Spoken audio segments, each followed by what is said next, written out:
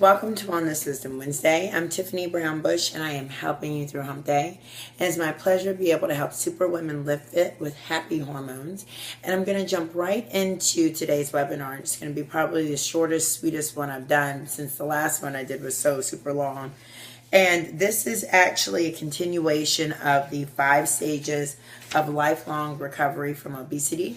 And I did all of the stages. I covered all of them in the previous video.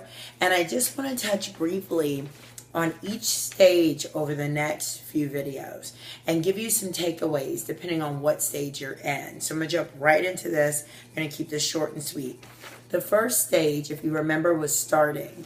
And starting when it comes to the stages of lifelong recovery from obesity is the weight loss phase. That's really what it's about. Things that I've observed over the last 14, 15 years of working with people around this goal of tackling obesity and weight loss is impatience. So I want to focus you in on finding some sort of patience and grace with yourself when it comes to the weight loss experience and the change experience.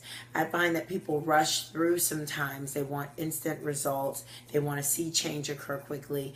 And oftentimes it's been years of neglecting health and fitness and weight, or kind of abusing those things, or abusing food, or just whatever this dysfunctional relationship has been, it has been years in the making. So to expect the body to change so quickly, to expect psychologically to be different so quickly is unrealistic.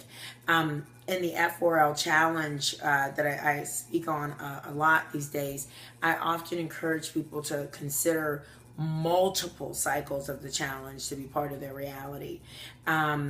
And so one thing I want to say about impatience and being more patient is if you're going into it knowing that you're going to be at it for a while, when you start to feel like you're ready to move on to the next cycle or phase of like something like the challenge or the stages, really try to be honest with yourself and check in and say, am I just rushing this?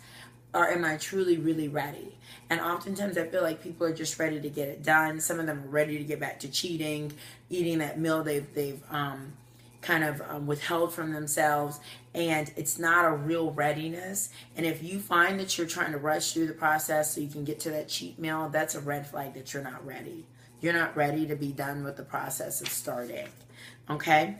2 other major things I want to give you other than patience is to prepare and to, as part of that preparation and planning experience, to assess, okay? So I want you to prepare for what you're about to do. With the Fit for Life Challenge, we have a whole week of preparation before people are allowed to actually start the process. They have to get their house right. They have to get their head right. They have to get themselves emotionally in the right place. Clean up cupboards, that kind of thing. The other thing they have to do is they have to take measurements and assess. You need to know where you're starting from. You need to know where you are. A lot of times people don't want to take pictures. They don't want to do measurements. They don't want to weigh. And you need quantifiable evidence because your memory will lie. So I want you to have patience. I want you to do that plan preparing phase of it and do assessing. Those are the major pieces of the starting phase that I want you to take away from today's video.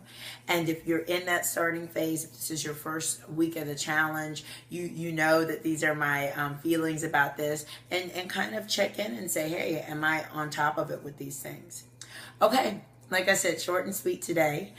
So please like this video, share it, comment on it, all that good stuff. Subscribe to the channel. Visit my website, www.f4lwithtiffany.com, or the main website, www.tiffanysfit4life.com. And until next time, live fit.